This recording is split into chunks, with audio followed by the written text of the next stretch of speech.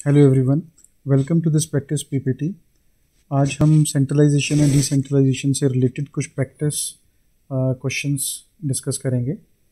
Centralisation का मतलब है जब एक ऑर्गेनाइजेशन की अथॉरिटी किसी एक इंसान या डिपार्टमेंट के अंदर ही के पास ही होती है और बाकी सब लोग और डिपार्टमेंट्स को उस अथॉरिटी होल्डर के डायरेक्शंस के मुताबिक ही काम करना पड़ता है। इसके विपरीत डिसेंट्रलाइजेशन में अथॉरिटी किसी सेंट्रल पोजीशन में कॉन्सेंट्रेटेड नहीं होती है। इसको पूरी ऑर्गेनाइजेशन में एक ऑर्गेनाइज्ड ढंग से डिवाइड या बांटा जाता है। अगर हम इसके क्वेश्चंस के बारे में बात करें तो पहला क्वेश्चन है, the process of transfer of administrative authority from a lower to higher level of government is called centralization. The converse decentralization, the statement is attributed to.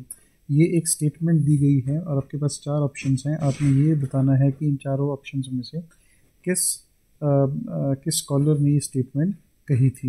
इस स्टेटमेंट का मतलब है कि जब भी अथॉरिटी नीचे के लेवल से ऊपर के लेवल को जाती है तो इसको हम सेंट्रलाइजेशन कहते हैं, और जब ऊपर से नीचे आती है तो उसको हम डिसेंट्रलाइजेशन कहते हैं। पहला ऑप्शन है एल.डी. वाइट, दूसरा ऑप्शन है हेनरी फ्योल, थर्ड है जेम्स फेसलर, फोर्थ ऑप्शन है विलोबी। सेकेंड क्वेश्चन है, पंचायती राज इज़ एन एग्जाम्पल ऑफ, कि पंचायती राज जो हिंदुस्तान में है वो किस तरीके की डिसेंट्रलाइजेशन का एग्जाम्पल है।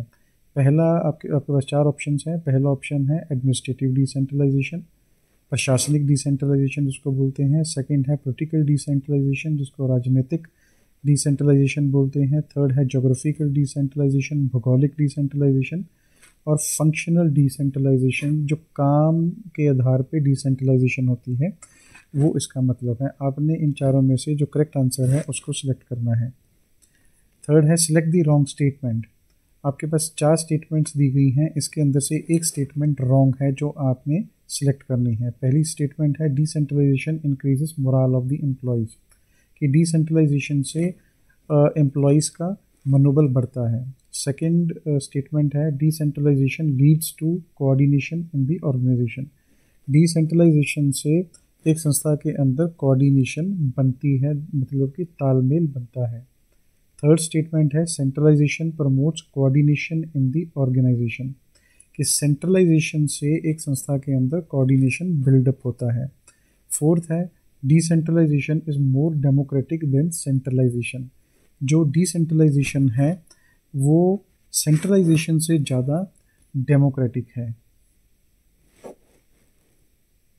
नेक्स्ट क्वेश्चन है डिफाइन सेंट्रलाइजेशन एंड डिसेंट्रलाइजेशन। इसमें आपने सेंट्रलाइजेशन एंड डिसेंट्रलाइजेशन को डिफाइन करना है। फोर्थ है what are the merits and demerits of centralization and decentralization. इसमें आपने सेंट्रलाइजेशन और डिसेंट्रलाइजेशन के दोनों के लाभ एंड हानियाँ बतानी है, मतलब कि पॉजिटिव एंड नेगेटिव पॉइंट्स लिखने हैं। Thank you.